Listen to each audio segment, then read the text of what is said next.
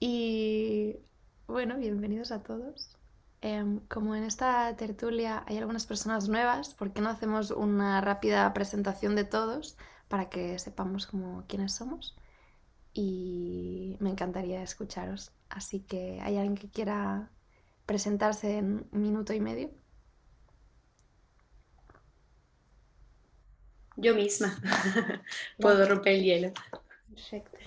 Bueno, hola y Hola. sobre todo también agradeceros tener este espacio de tertulia, también en este que no sea tan, como tú has dicho, ¿no? Casual, ¿no? Un espacio casual donde poder compartir conocimiento y yo creo que es fundamental. O sea, que muchísimas gracias por crear este espacio. Yo creo que voy a intentar nutrir y coger todo lo que pueda.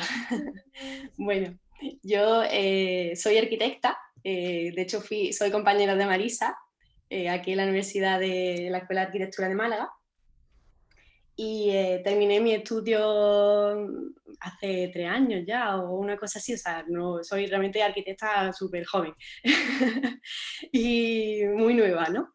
Y total, que decidí continuar mi estudio haciendo un programa de doctorado y estoy también aquí en la Universidad de Málaga y realmente decidí continuar esta nueva etapa en doctorado porque había un tema que me tenía casi obsesionada, que era el tema de hecho fue una de las cosas por la cual yo me metí en la carrera, que fue la arquitectura humanitaria, la arquitectura de emergencia.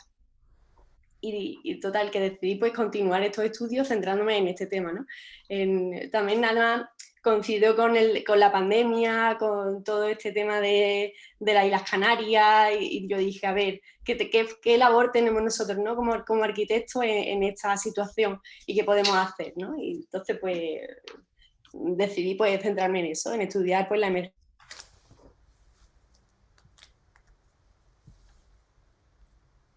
Ay, Elena, se ha cortado un poquito, ¿verdad?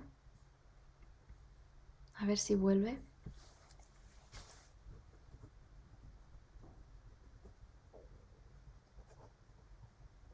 Oh no. Elena. Me habéis perdido, ¿no? Sí, te he perdido brevemente. Vale, aquí estás. Vale, no, no sé por dónde habéis quedado, creo que está un rato hablando sola. Ha sido cortito. Estabas diciendo de que te replanteaste cuál es la labor que los arquitectos pueden tener para situaciones de emergencia, dado el contexto que estabas viviendo. Ahí se volvió a cortar. Vaya, debe ser su conexión. Bueno, problemas de las reuniones virtuales. Jo. Bueno, jo, Elena, espero que vuelva.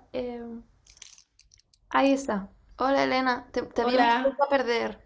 sí, no sé muy bien. Voy a ver si a lo mejor saliendo y entrando otra vez. O sea, voy a ver si así. Igual, o quitando el vídeo, Elena, a lo mejor solo con voz requiere menos de internet y lo puede sostener. Vale. Bueno, pues Elena va a intentar salir y volver a entrar, así que... Sandra, ¿nos quieres decir en un par de frases qué es lo que te Sí, interesa y qué te ha traído aquí y ¿no? qué? sí, sí. Bueno, yo soy Sandra Rodríguez. Ya les había dicho que estoy en Bogotá, en Colombia. Y bueno, yo también soy arquitecta, también joven, digamos que me gradué hace como 4 años más o menos, relativamente joven. Y bueno, en realidad, bueno, mi recorrido con la arquitectura ha sido así, como una montaña rusa. Porque también, claro, yo me replanteé un montón realmente pues cuál es el sentido de la profesión ahora, porque creo que en muchas de las universidades en general, creo que esto es un fenómeno global y creo que se da esto de aprender o que lo que nos enseñan es algo ya un poquito que está quedando obsoleto. Ujú. Entonces, cuando uno sale al ejercicio profesional, se encuentra con un montón de conflictos, sí. También obviamente depende del contexto en el que uno está. Y bueno, personalmente el conflicto más fuerte que he tenido en relación a esto y como al diseño de los ecosistemas es precisamente en relación a la biodiversidad y al cuidado medioambiental.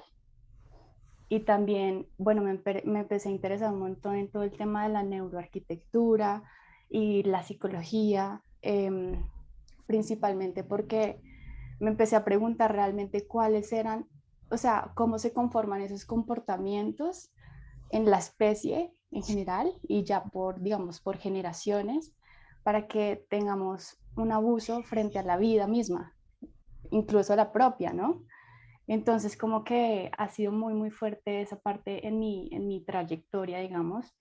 Y actualmente, pues, en función de mantener un poquito esa ética y ese valor que yo le doy a la vida en sí, trabajo mucho con arquitectura en tierra, em, acá en Colombia principalmente, y con el manejo de los materiales naturales. Y estoy tratando como de implicar toda esa narrativa y esa forma de diseñar desde, desde la urbanidad, porque siento que a veces se queda mucho en los espacios rurales, que está genial, pues que eso se incentive, que la gente se apropie de los territorios, que los cuide, que los proteja, pero también siento que en las ciudades es una relación íntima y a veces estamos tan desconectados en las ciudades que no nos damos cuenta de la importancia que tiene cuidar esos recursos. Entonces, digamos que ese es mi interés y por eso estoy acá.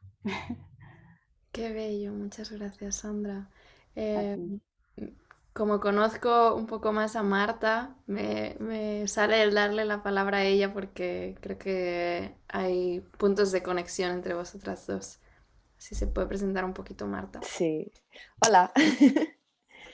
Pues sí, sí que hay muchos puntos, porque yo también soy arquitecta y empecé también a interesarme mucho por la bioconstrucción, la construcción con materiales naturales.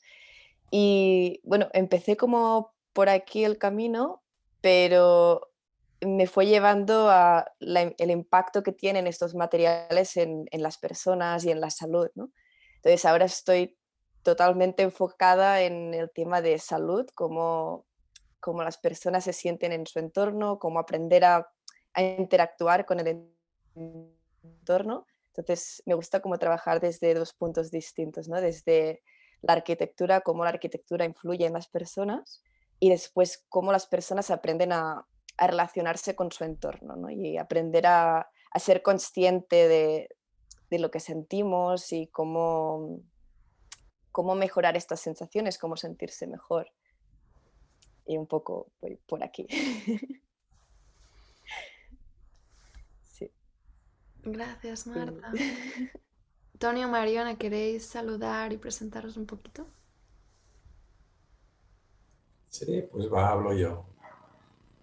Por contraste, y supongo que ya lo veis, yo solo hace 50 años que soy arquitecto, lo cual quiere decir que he pasado por muchas fases y muchas etapas distintas, pero coincido con lo que habéis explicado últimamente, sobre todo Sandra y Marta, de mi interés por la salud y por la bioconstrucción. Bueno, viene de la sostenibilidad. Mi cambio es hace 22 años y me lo ocasiona un proyecto concreto. Me hacen un encargo de un edificio que ha de ser muy sostenible. Hace 22 años yo no sabía lo que era esto de lo sustentable o sostenible y allí empecé a estudiar, a estudiar, a estudiar y se me han abierto mundos nuevos fascinantes, ¿no? Y pasas de la sostenibilidad, sustentabilidad a la salud de una manera muy, muy fluida, muy natural, muy lógica, ¿no? Y ahora, bueno, ahora ya estoy jubilado y aún hago alguna obrita. Mira, el lunes tenemos con mi socia, vamos a que nos encargan el primer encargo ya de bioconstrucción, que el cliente quiere bioconstrucción de verdad. Pero aparte de esto, ahora me dedico más a dar algunas clases sueltas o conferencias o charlas, a escribir. Me gustaría escribir un libro. Tengo un libro en proyecto sobre la rehabilitación en la ciudad de Barcelona. Me apasiona el descubrimiento de cómo los nuevos usos de la vieja arquitectura industrial. Hay ejemplos fascinantes. Mirad, anteayer estuve en un edificio que os lo recomiendo, que se llama, mira, os pongo el link, Nest City Lab. Y es un coworking en una antigua nave industrial El proyecto es de Sandra Martín Lara, pero quien ha hecho la promoción es un equipo de 3 personas. Yo conocí a una señora francesa y es un espacio interior muy abierto, todos los cubículos de la gente que trabaja en madera, pero con mucho espacio exterior libre, bueno, exterior dentro de un gran volumen, ¿eh? Muchas plantas, vegetación y madera, vegetación y madera, vegetación y madera. Fijaros qué maravilla. Bueno, a mí me impresionó mucho.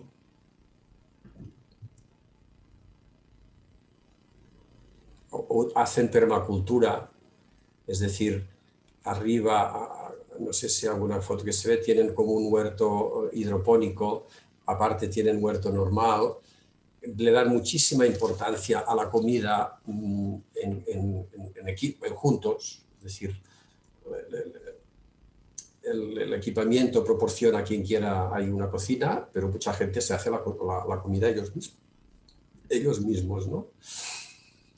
Bueno, la gente majísima, muy majísima. Veis que hay muchos espacios exteriores, muchas escaleras, la cubierta es totalmente transparente.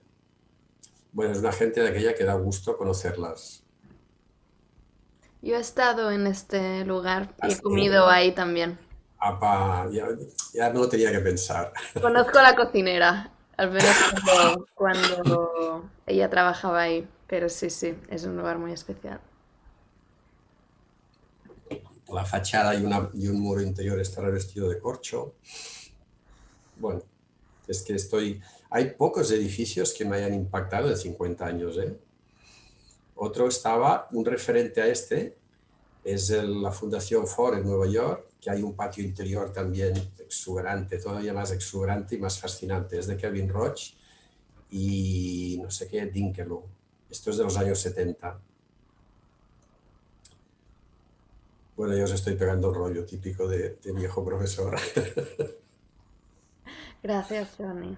Siempre apreciamos mucho tus comentarios y referencias. Y me gustaría escuchar un poquito a Mariona que nos diga cómo ha llegado hasta aquí.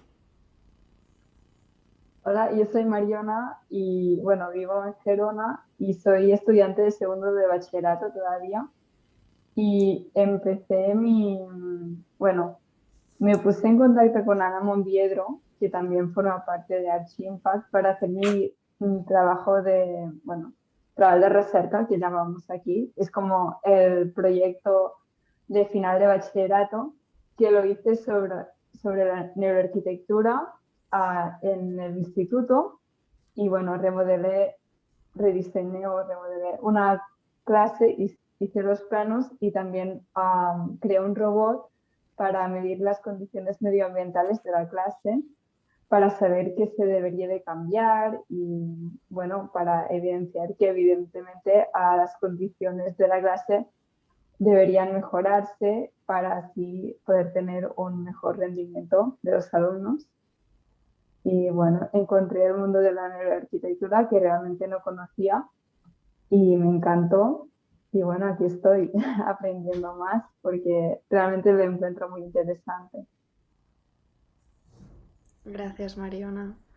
Desde luego eres muy valiente y ambiciosa en estar buscando estos intereses y conectándote a tu edad, así que siempre súper bienvenida.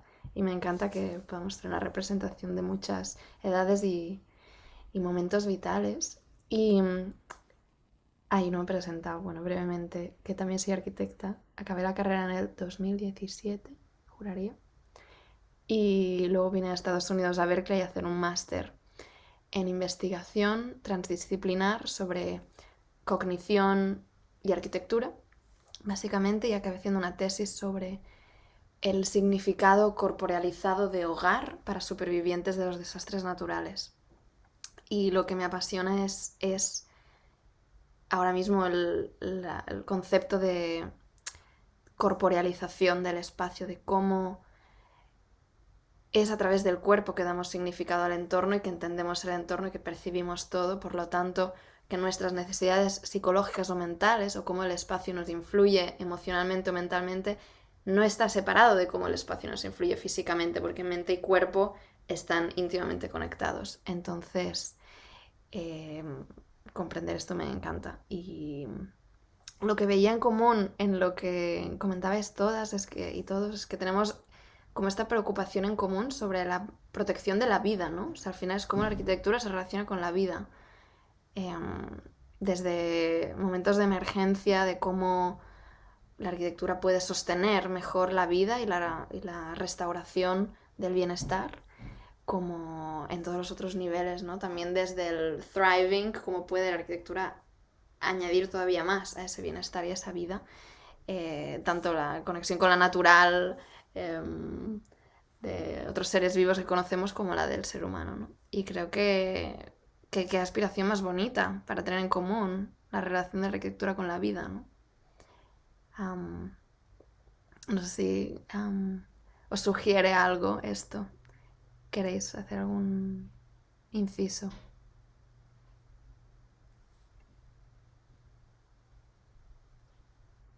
¿Puedo Se me hablar? escucha, perdón. Ahora, perdona, no.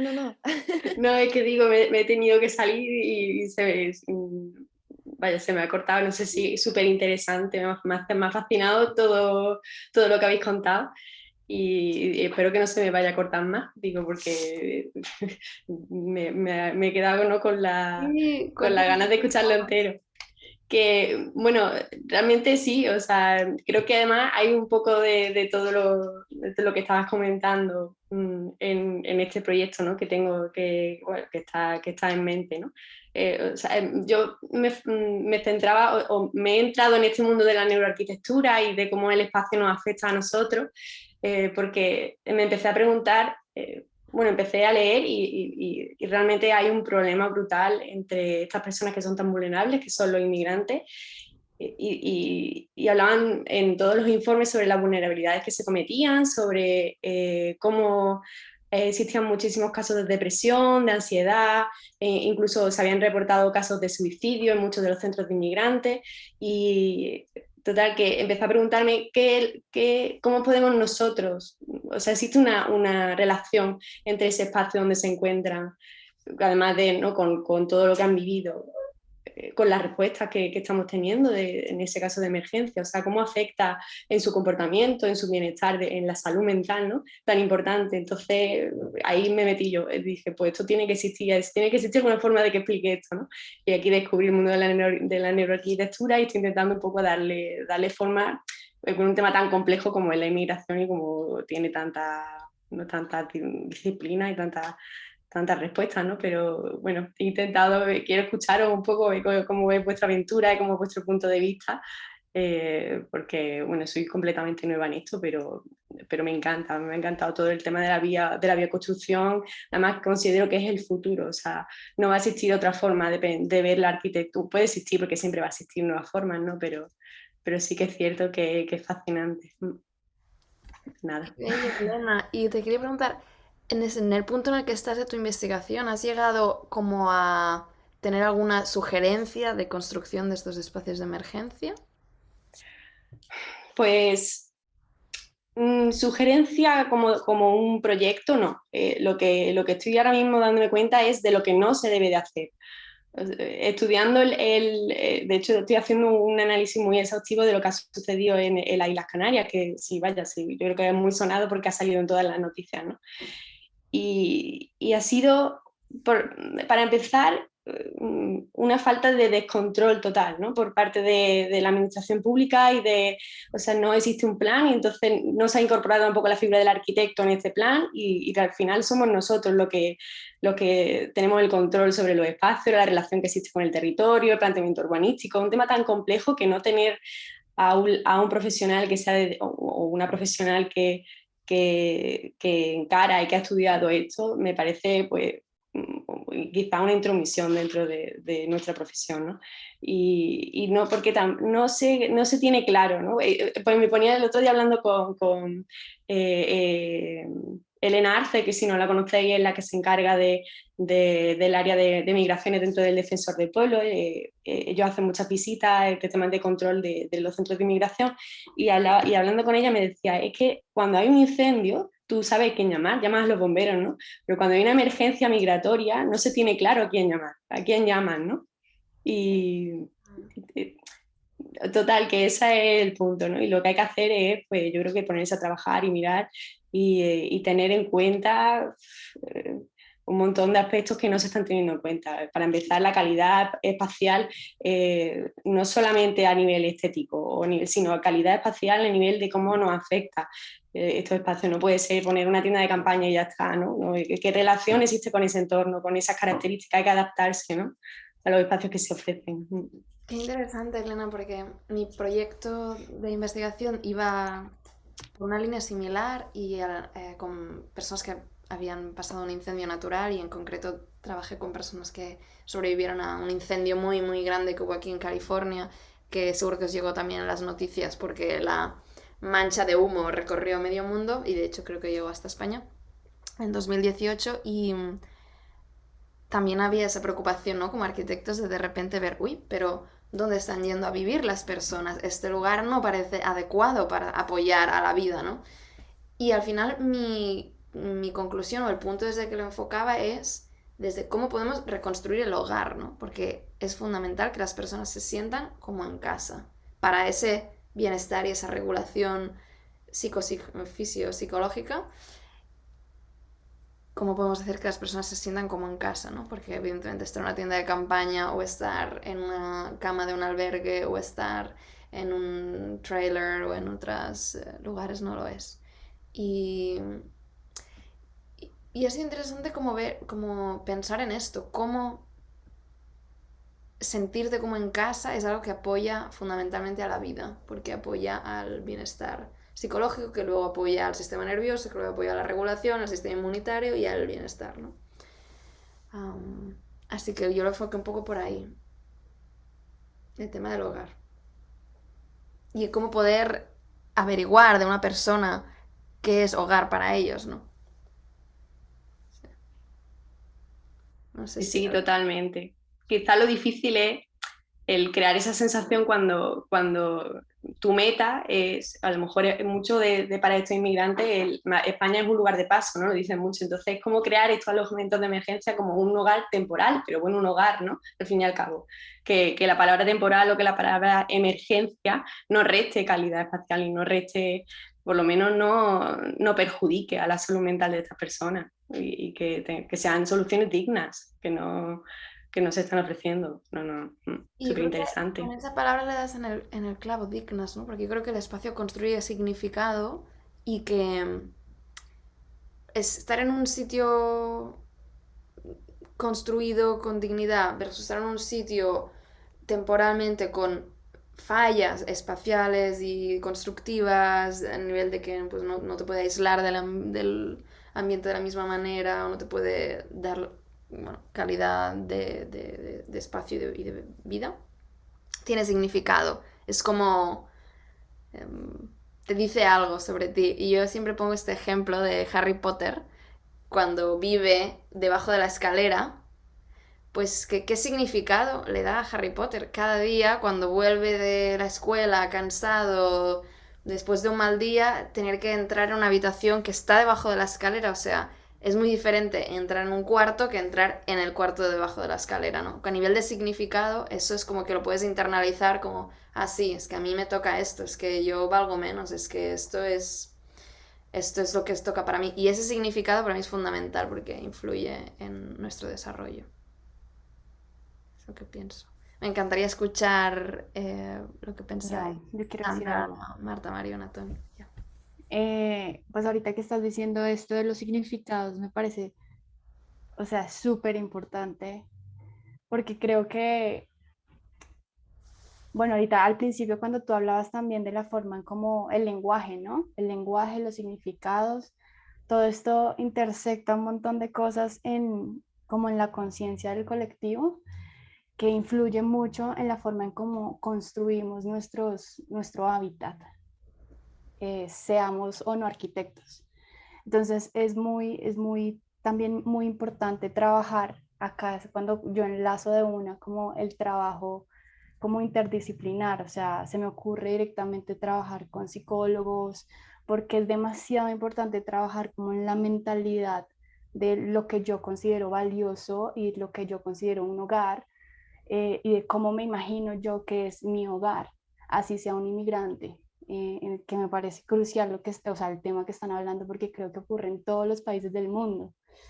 Y sobre todo ahorita estamos en una crisis global muy, muy grande, que necesitamos realmente tener como una unión de especie, y creo que es muy importante esto que estamos haciendo acá. Sería muy, muy chévere que además de arquitectos, y bueno, tenemos una estudiante, gracias por estar aquí, pero sería muy, muy, muy bueno que se abriera también a otras disciplinas, que hayan psicólogos, que hayan economistas, políticos, o sea, necesitamos intersectar todas las actividades humanas para poder construir eso, y que realmente, digamos, lo que decías tú, Elena, como yo sé cuando hay un incendio, yo puedo llamar a un bombero, pero ¿y dónde están los arquitectos, que son los que más o menos tienen una noción espacial de cómo construir un hábitat digno? Pues necesitamos empezar a incluirnos en esas mesas de conversación, es muy importante. Y la interdisciplinaridad es muy, muy importante. Eso. Totalmente de acuerdo, Sandra. Y gracias por esta recomendación, porque es verdad que nutriría mucho el espacio tener personas de otras disciplinas. A veces nos acompaña Laura, que es pedagoga, pero sí voy a intentar hacer red entre psicólogas que conozco que puedan venir también a charlar con nosotras. Sí. Me encantaría escuchar, Mariona, lo que piensas, o Marta. Bueno, con lo que has dicho, es verdad que actualmente se está intentando mezclar la arquitectura con la educación. Yo lo vi con mi trabajo, pero en Barcelona hay diferentes, bueno, no sé, estudios o no sé cómo se llaman. Por ejemplo, hay Smart Classroom Project, que están intentando visibilizar la situación de los espacios educativos para que realmente se intente unir la arquitectura con la educación. Yo este ámbito es el que tengo más cerca y por eso lo puedo decir así. Y creo que podría tener sus frutos. Está demostrado científicamente y solo es necesario visibilizarlo para que la gente se dé cuenta. Y también, bueno, en la medicina, los espacios en los hospitales es otro ámbito realmente muy importante que impacta en el desarrollo y la vuelta a la normalidad de las personas.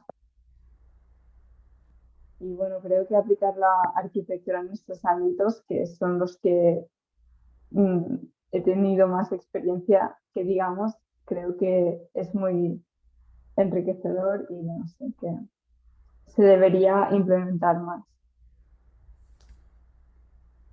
Totalmente de acuerdo, Mariona. Y lo que estaba pensando ahora es que se tiene que implementar desde tu edad, ¿no? O sea, de antes de empezar arquitectura, empezar a enseñar arquitectura con esta transdisciplinaridad, porque si no creo que luego nos cuesta mucho esfuerzo, ¿no? Cuando ya están las disciplinas separadas, cuesta esfuerzo, que luego es dinero, que luego es poner en comparación si ese esfuerzo compensa el resultado o el...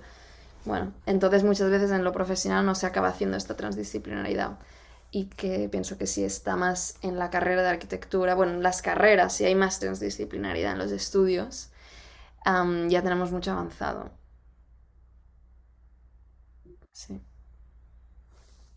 Pues te cuento dos cosas, os cuento dos cosas. Cuéntanos, Tony, por favor. Sobre el cuerpo y la percepción de no solo del espacio, sino de las energías sutiles que ya hablamos el otro día. Me parece que el otro día lo que no había contado todavía es que aquí ahora se ha celebrado hace muy poco la Semana de la Arquitectura, y entonces el Colegio de Arquitectos hace que personas voluntarias vayan a colegios con distintas edades a hacer ejercicios con los chavales y las niñas, ¿no?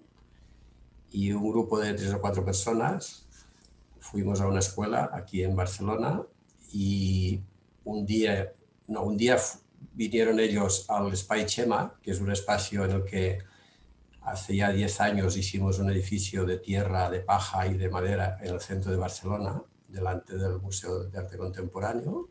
hace 3 o 4 años lo trasladamos a otro lugar y entonces el taller con criaturas de 6, 7 años fue construir un tipi. Pues ir a buscar, bueno, primero había ido alguien a buscar las cañas, entonces montarlo, poner las telas, pintar las telas, etcétera, etcétera. Y se lo pasaron bomba.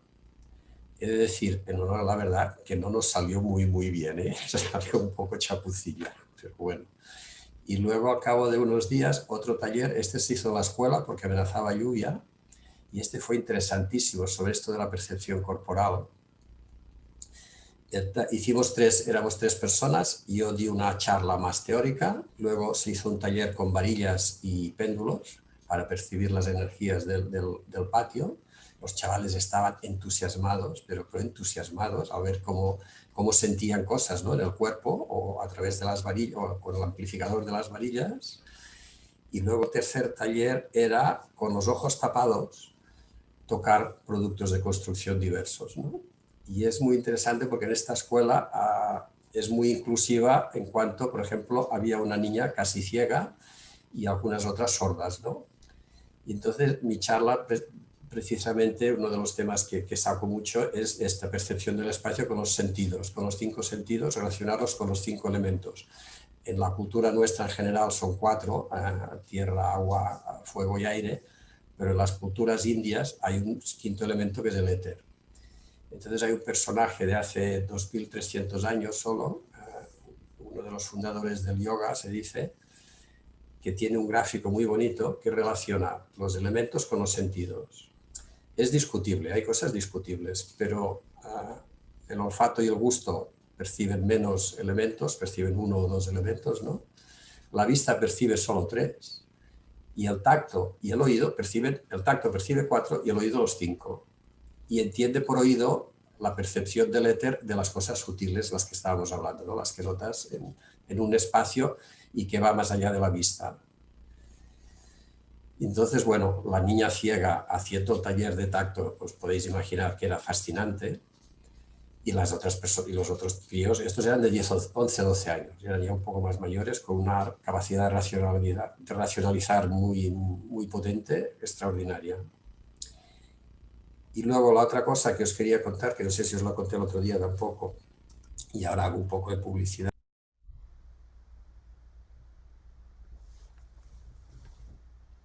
Tony, no te podemos escuchar, te has silenciado. El 9 de junio hacemos un congreso de arquitectura y salud, que ya llevamos 6 ediciones, empezamos hace 10 años porque es bianual. Me parece que me ha salido es online, empieza a las 9 de la mañana y se acaba, no sé, por la tarde, hay sesiones de mañana y tarde. Esto ahora está en catalán, pero bueno, la mayor parte de las ponencias serán en castellano.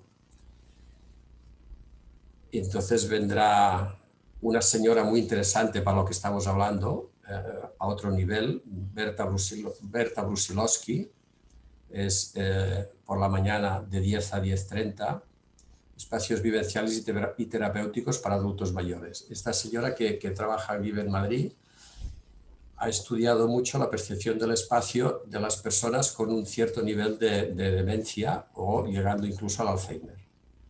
Entonces te dice cosas curiosísimas, ¿no? Cómo percibe el espacio esta gente. Y te dice, por ejemplo, que no pongas nunca una alfombrilla negra delante de una habitación o delante de un sitio que vaya a pasar una persona de estas, porque en su imaginación aquello es un pozo y por lo tanto se hundiría dentro del pozo, ¿no? O también te cuenta que no les hagas pasillos porque pierden las referencias, ¿no? Es decir, es el nivel más primario ya de percepción del espacio, pero que bueno, que nos sirve en realidad a todos, ¿no? Estos pasillos realmente de hoteles o de aulas o de hospitales es la cosa bastante aburrida y bastante triste, ¿no? Y entonces incluye todo el tema de los colores, de la señalética, bueno, etcétera, etcétera, ¿no?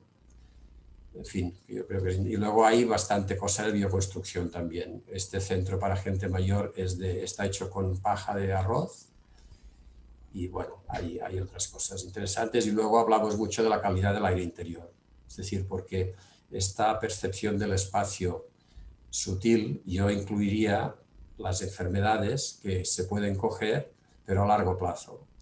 Es decir, el cerebro humano está preparado bastante bien para responder al peligro inmediato y visible, y en cambio no estamos tan bien preparados para responder a peligros que son a largo plazo o que son invisibles, ¿no? Desde el CO2 hasta los efectos del cambio climático, etcétera, etcétera, ¿no? O las enfermedades que se pueden coger a partir de pues, una mezcla de tóxicos que estamos encontrando en todas partes, ¿no? En los alimentos, en las pinturas, la vida estresada, etcétera, etcétera. Este cóctel es peligrosísimo porque cada uno de los factores dice, oh, es que no es mi culpa porque no está demostrado científicamente, ¿no?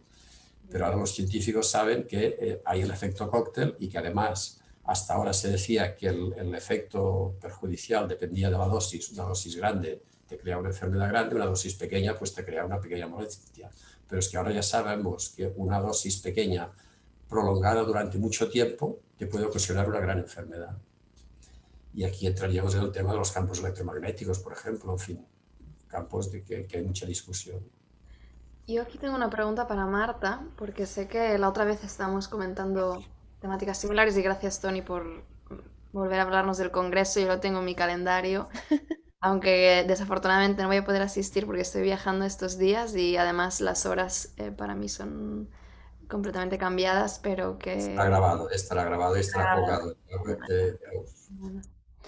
Y lo que le quería preguntar a Marta es si ha llegado a alguna conclusión con su diálogo interno sobre si tenemos que aislarnos del entorno o no. Porque en eso que comentas, Tony, creo que da pie a esta pregunta, ¿no? De, bueno, es los edificios que construimos que nos crean estos condicionantes que nos aíslan de lo biocéntrico, de la vida, de lo natural, que es lo más sano. Y luego tenemos que ponernos parches para sanar cosas que ya de entrada tendríamos que no habernos causado, pero totalmente deberíamos prescindir de estos elementos que nos aíslan del entorno y que también nos enferman, ¿o no? Y Marta sí que había estado pensando en ello. Pues no lo sé, yo le he estado dando muchas vueltas y creo que depende mucho del entorno en el que estemos también, ¿no? Porque yo también lo relacionaba con mi experiencia en Filipinas, pero claro, en Filipinas el entorno puedes vivir en el exterior perfectamente y no hay ningún problema, ¿no? Ahora, por ejemplo, que estoy en Andorra, es un poco más complicado. En invierno necesitas aislarte y crear algo de calor, ni que sea, ¿no? Entonces, no sé, es más que el si nos aislamos o no, es cómo es el entorno que creamos, ¿no? Si lo que decías antes de... espera, que había apuntado. La arquitectura para promover la vida, ¿no? Si la arquitectura tiene que promover la vida, quizá la arquitectura también tiene que estar viva, ¿no? Quizá si el material es hormigón, no promueve la vida de la misma forma que si es madera, ¿no?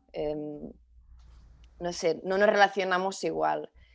Y lo conecto también un poco con lo que estaba diciendo Tony ahora, de cómo estos, pues los tóxicos, la calidad del aire, todo esto, proviene también de este aislamiento de la naturaleza y de este, bueno, más que aislamiento, quizá esta creación de un entorno nuevo, ¿no? Que al final es tan nuevo que no ha dado tiempo tampoco de ver cómo nos está afectando, porque hace muy poco que tenemos wifi y que tenemos teléfonos y que tenemos ciertos productos químicos. Entonces, no ha dado tiempo suficiente a saber si esto me afecta o no me afecta y cómo me afecta, ¿no? Entonces, a nivel científico, pues no se puede clasificar si esto es bueno o esto es malo, ¿no? Y muchas veces los argumentos que se dan para mí no tienen suficiente pie porque no ha habido demasiado, no, bueno, suficiente tiempo como para estudiarlo, ¿no?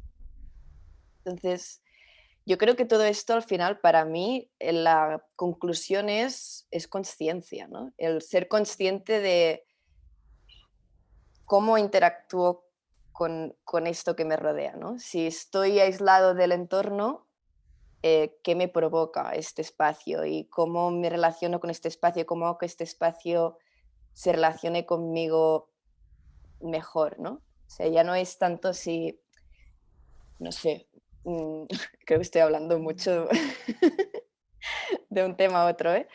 Pero, a ver, ¿cómo lo digo? O sea, no creo que haya una respuesta clara, sino es más Mm, cómo lo siento yo, ¿no? O sea, yo ahora aquí, por ejemplo, mi conclusión es, donde estoy viviendo ahora, mejor me aíslo, pero me aíslo de una forma determinada, ¿no? Que no sea un aislarme que pierda totalmente la conexión con el lugar en el que estoy. Mm, y que no me desconecte de mi vida, en realidad, ¿no? Que el lugar promueva mi vida. Y no sé si he tenido mucho sentido, ¿eh? Porque ahora mismo mi cabeza está como tema. La confusión es buena, pero creo que tienes mucha razón en lo que dices y que me haces pensar en esto de empezar con el contexto, ¿no? Porque claro que la vida es algo que compartimos planetariamente, pero en lugar de a lo mejor, o sea que al final el contexto importa mucho porque la vida es muy específica. Y entonces empezar desde un lugar y ver cuáles son las cosas de las que tengo que aislar y cómo construir del contexto hacia el hogar y no al revés, como de que tener parámetros um, que colocamos, ¿no? En cualquier lugar.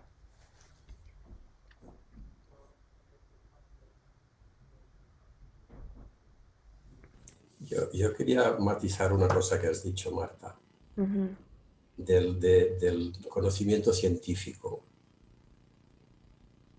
que, o sea, es cierto que hay cosas que no hay certezas, pero sí que hay aquello del principio de precaución.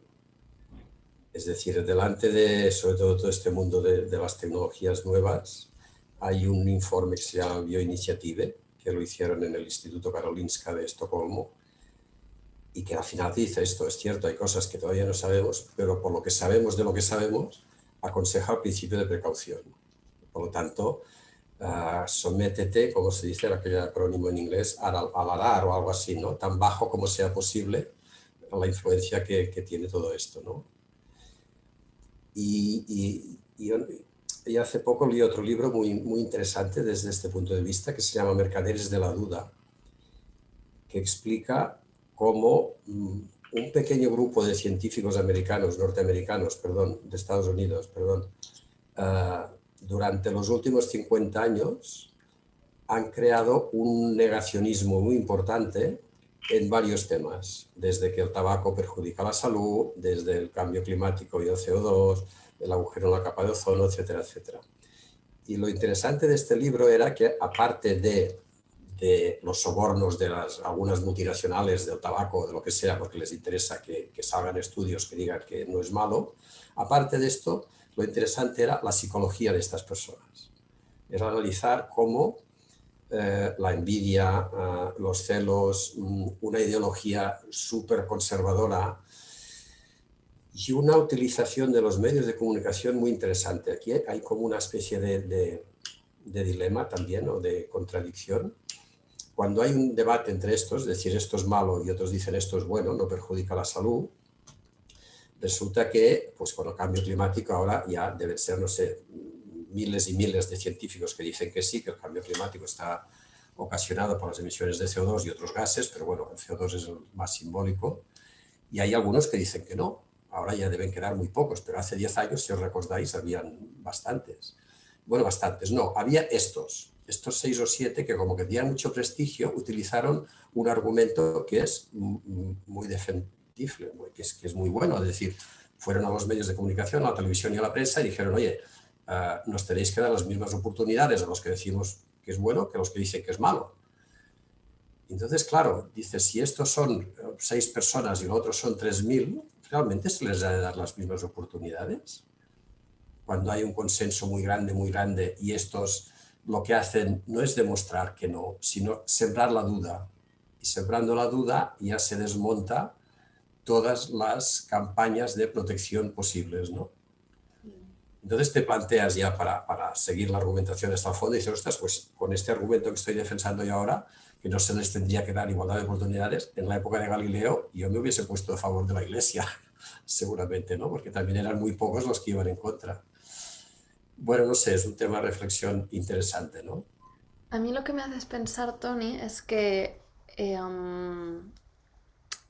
hay como una paradoja con la investigación científica porque luego parece como que hay que demostrarlo todo, demostrarlo muy bien para poder realmente como acordar en algo o que se convierta en un principio, en una ley o lo que sea, ¿no? Y, y digo que es paradójico y que a lo mejor a veces nos autoperjudica, no solo en la temática que tú comentabas, sino también en la arquitectura. Es como que, o en esta visión de la arquitectura, parece que hace falta mucha investigación, ¿no? Aún hace falta, como decía Marta, mucha investigación para ver qué cosas nos afectan a la salud, qué cosas nos afectan psicológicamente, cómo son estas relaciones, y como estas relaciones son tan complejas, yo creo que estamos aún en pañales a nivel de investigación para poder explicar todo lo que queremos explicar y tener como argumentos de peso de por qué tenemos que construir con valores más humanistas, ¿no? Y lo que me hace pensar es que a lo mejor cuando las personas tienen más... Es decir, que si nos centramos en tener un argumento científico vamos a tardar mucho en llegar ahí, ¿no? Y que en cambio cuando en lugar de esperar el argumento científico para luego poder aplicar ciertos principios, en este caso que discutimos a nivel arquitectónico, si las personas tienen como más capacidad de decisión de cómo es su espacio y a través de su sentir, de su conciencia, como más, como más autonomía en diseñar este espacio, tal vez hagan elecciones más coherentes, ¿no? Más cercanas a la vida propia. No sé, esto es una pregunta que me hago, ¿no? Si está como hacer el diseño y como el empoderamiento de la construcción del espacio más cercana a los usuarios finales va a ayudar. No, es una pregunta larga, pero ¿no? Si esto puede ayudar a que esa arquitectura se acerque más a la vida antes que tener todas esas respuestas científicas donde vamos a seguir teniendo ese arquitecto o ese consultor experto que tiene que decirnos cómo hacer nuestros entornos, no sé. Luego todos tenemos sesgos cognitivos y muchas veces podemos pensar que estamos eligiendo lo mejor para nosotros sin saberlo realmente, ¿no? Pero bueno, es una pregunta que quería haceros ahí también, no sé qué pensáis. Oye, estoy totalmente de acuerdo. De hecho, es la conclusión a la que he llegado yo, ¿no? Porque llevo como un tiempo intentando llevar a la gente a que tengan una casa más sana y a que vivan mejor.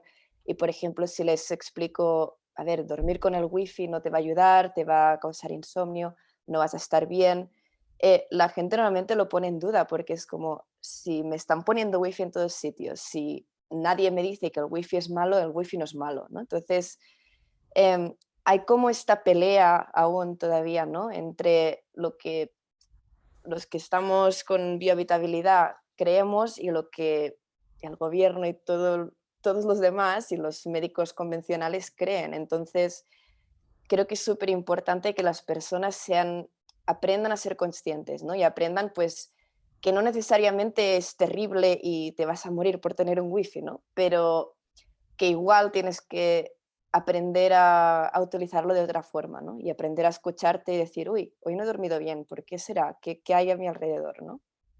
Y un poco esto. Me parece súper, bueno, es la conclusión Yo, a la que he llegado yo, entonces. yo creo que ahí, pues enlazándolo con lo que dices y con lo que decías tú, Marta, es súper importante el tema del cuerpo. O sea, si no traemos como la presencia de cómo está mi cuerpo aquí, no me doy cuenta de que me está haciendo mal o de que me está haciendo bien. Entonces es como esa importancia corporal de la que hablabas en principio, creo que es algo que hay que incentivar muchísimo, Sí. porque creo que eso es lo que realmente a la persona, hablo también de una experiencia como ser humana, y es como hasta que uno no conecta con esta tecnología, digamos, uno no se da cuenta de eso por más de que hayan científicos por todo lado diciéndote sí, no, bla, bla, hicimos este estudio, eso al final, pues lo que tú dices, se demora, toma un tiempo, es dinero también en la investigación, etcétera. Pero si yo, en cambio, dejo de escuchar un poquito de eso y voy a mi presencia, a mi cuerpo, a mi espacio, a mi ecosistema y noto realmente qué está sucediendo ahí, pues me voy a dar cuenta realmente qué necesito. Y ahí esa conciencia se va a empezar a generar. Entonces creo que ahí el enlace profundo es la conexión con el cuerpo e incentivar eso en todo el mundo, en todas las personas.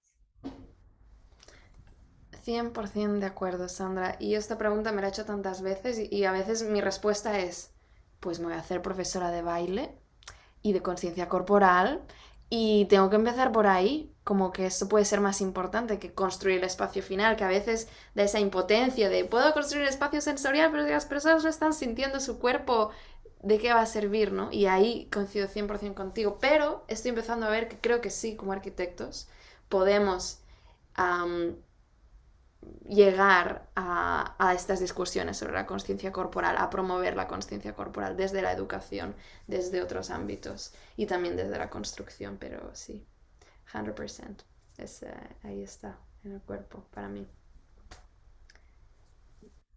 Yo iba a decir que en relación a lo que estáis todos diciendo, que esa capacidad de decisión que tú has estado comentando antes, Marta, tiene que ver con eso, con al final la educación que uno tiene.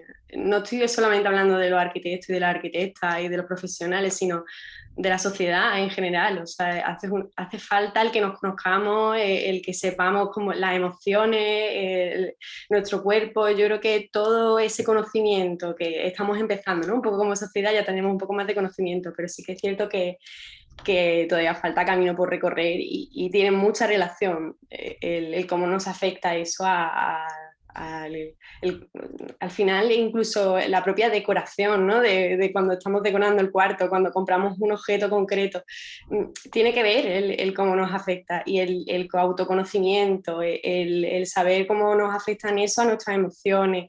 Es un tema complejo porque creo que hace falta más conocimiento y más educación, más visibilidad en todos estos aspectos. Totalmente. Y ahora que lo estáis comentando, se me ocurre que desde Archie Impact podemos hacer más por promover esta conciencia corporal y estas prácticas, porque creo que al final lo que tienen en común el desarrollo de esta conciencia corporal es la práctica de algo, ¿no? Hay quien practica meditación, hay quien practica baile, hay quien practica ciertos ejercicios o cierta manera de conciencia y de sentir antes de comer o en cualquier momento del día, y que a lo mejor pues podemos hacer algo desde Archie Impact para unirnos en compartir las prácticas que usamos o hasta que se nos ocurra una mejor manera como de contribuir a esa educación que tú decías, Elena, que está haciendo falta para que las personas desarrollemos más esa conexión con el cuerpo en nuestro día a día, ¿no? Y que las tertulias al final no dejan de ser algo cognitivo, temporal, pero que esa relación con el cuerpo es una práctica y es un hábito, ¿no? A lo mejor podemos hacer algo así. Voy a pensar en ello. Un círculo dedicado solo a prácticas corporales, ¿no? Tal vez.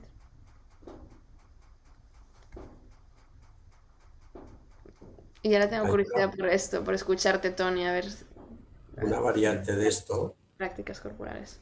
una variante de esto que dices, me ha venido a la cabeza una arquitecta que se llama Alicia Castán, ¿la conoces? Es de Girona. Sí, sí, sí. Y a sus clientes, antes de empezar, les hace una visualización. O sea, primero una relajación y luego con los ojos cerrados que vean su casa, ¿no? Y seguro que debe ir muy bien. También no debe ir bien con todo el mundo, ¿eh? No todo el mundo, es decir, no todo el mundo se dejaría hacer esto, digamos, ¿no? Te pueden llamar aquello esotérico o loca o lo que sea. Pero me parece una variante de esto muy interesante. Bueno, y en realidad una clase que fui con ella, lo que nos hizo hacer es esto, primero un ejercicio de movimiento corporal para desinhibirte y para seguir la clase que nos daba, ¿no? Sí, iba a añadir que lo que admiro mucho de Alicia Castán es que ella tiene esas prácticas en su vida de conciencia corporal, de Qigong, de meditación, que luego en el momento de la visualización con el cliente es algo puntual, pero que pienso que la clave para desarrollar esa conciencia que nos acerca a la vida es como en la práctica constante y diaria, ¿no? Cómo podemos promover eso en nuestra vida.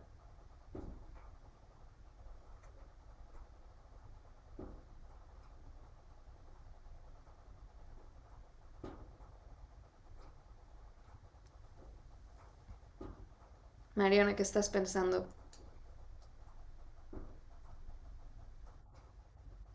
Bueno, que realmente, bueno, en mi caso, por ejemplo, hicimos la cocina y los baños nuevos y también la arquitecta que nos lo llevó nos dijo, sobre todo lo tenéis que visualizar, lo tenéis que hacer vuestro y nos lo adaptó muchísimo y creo que realmente la arquitectura se debe de adaptar al máximo a los seres humanos. Eso de humanizarla, creo que es la cuestión clave y que depende de la persona, todo puede tener diferentes usos y es completamente diferente. Y, y bueno, eso, es que tampoco sé mucho y ya sabéis, estoy solo en bachillerato y creo que vosotros realmente sois los que me podéis aportar más. No sé, yo realmente tengo curiosidad sobre esos temas y, y eso. Y por ejemplo, me gustan mucho los edificios del modernismo en Barcelona y lo que me captura también son las formas orgánicas que tienen, que se adaptan bueno, al cuerpo humano. Por ejemplo, bueno, las sillas de Antoni Gaudí, que son, supongo que las conocéis, que son las típicas, no sé, cuando lo visité realmente lo encontré muy interesante y creo que es eso, que realmente adaptarse al cuerpo humano para llegar al confort es, no sé, es clave y es muy interesante. Es una maravilla escucharte, Mariona. De verdad, nosotras aprendemos de ti. De verdad te lo digo. Todas las opiniones de aquí nutren el espacio y es súper inspirador ver el punto de vista de alguien joven, ese amor por ese cuidado del humanismo, la arquitectura y de la vida.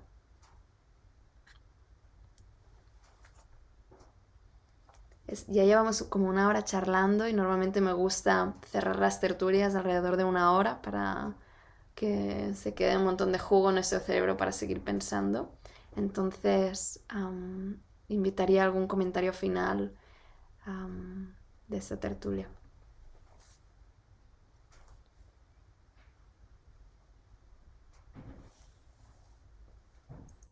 Pues yo digo una cosa sobre lo que acaba de decir Mariona.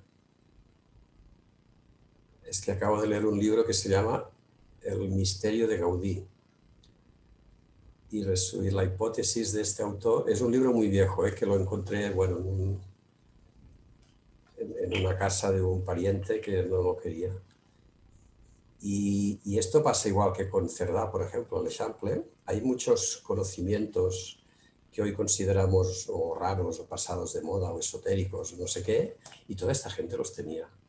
Es decir, la hipótesis de este hombre es que Gaudí era masón y que hay, bueno, montones de signos de esoterismo en sus obras, montones, montones. Y Cerdà, esto sí que ya está demostrado que era masón y seguía los conocimientos de la cábala judía. Y la ciudad de Barcelona tiene unos nodos, unos puntos estratégicos que él situaba y en el fondo el ensanche responde al árbol de la vida. Y esto, os lo puedo decir a vosotras aquí, pero en muchos sitios no lo puedo decir.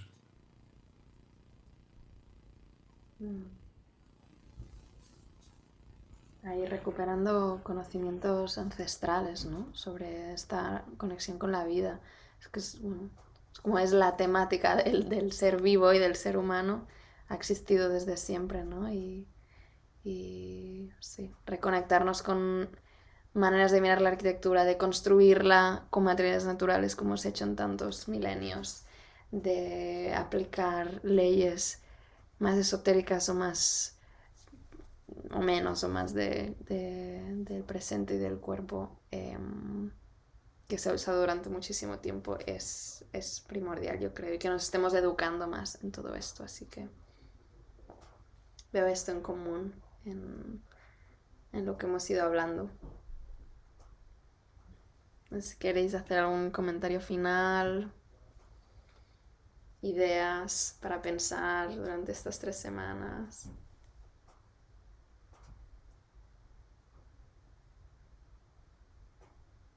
Si nos vamos con algo particular en la cabeza.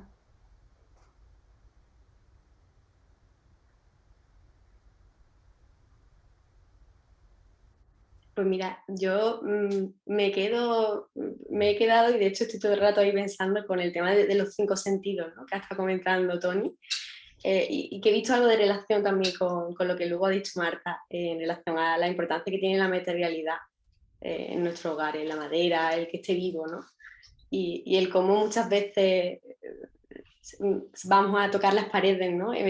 Cuando recorremos nuestra casa, si tienen gotelé, ¿no? El gustillo, ¿no? Que da o rozar una alfombra, ¿no? Con los pies.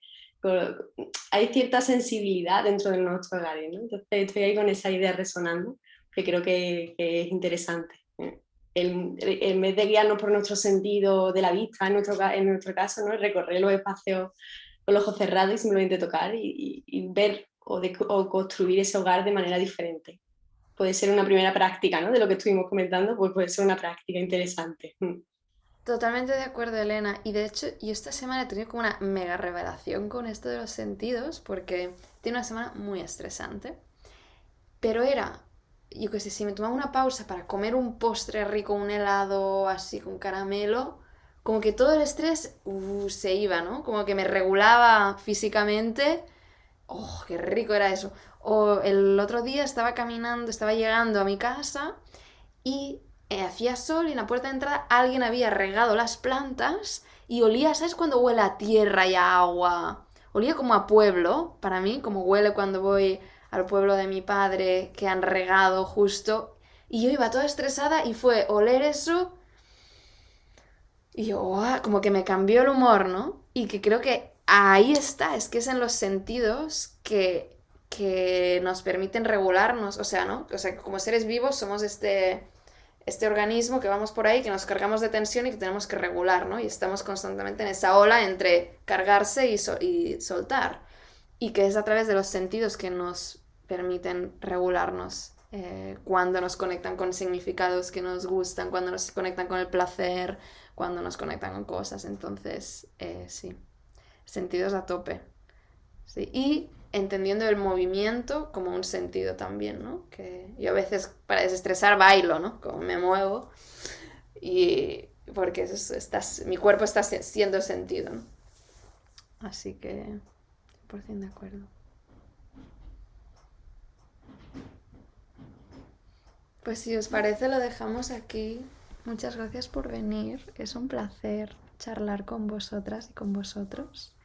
Y de verdad gracias porque me lleva un montón de ideas por cómo Archi Impact puede crear espacios como todavía más prácticos para llegar a más personas o sembrar semillas de cambio y de conciencia. Y muchas gracias por todo. Invitadísimas a la próxima tertulia, podéis compartirlo con quien queráis y aquí seguiremos. Oh. Gracias a vosotras. Gracias. Que tengáis una feliz noche Gracias. y felices semanas. Igualmente. Igualmente. Igualmente. Cuidaros. Saludos a todos. Qué bueno verlos. Gracias, Sandra, de verdad, Sandra, Elena, qué maravilla teneros hoy aquí. Feliz día, noche. Bien. Chao. Adiós. Adiós, adiós.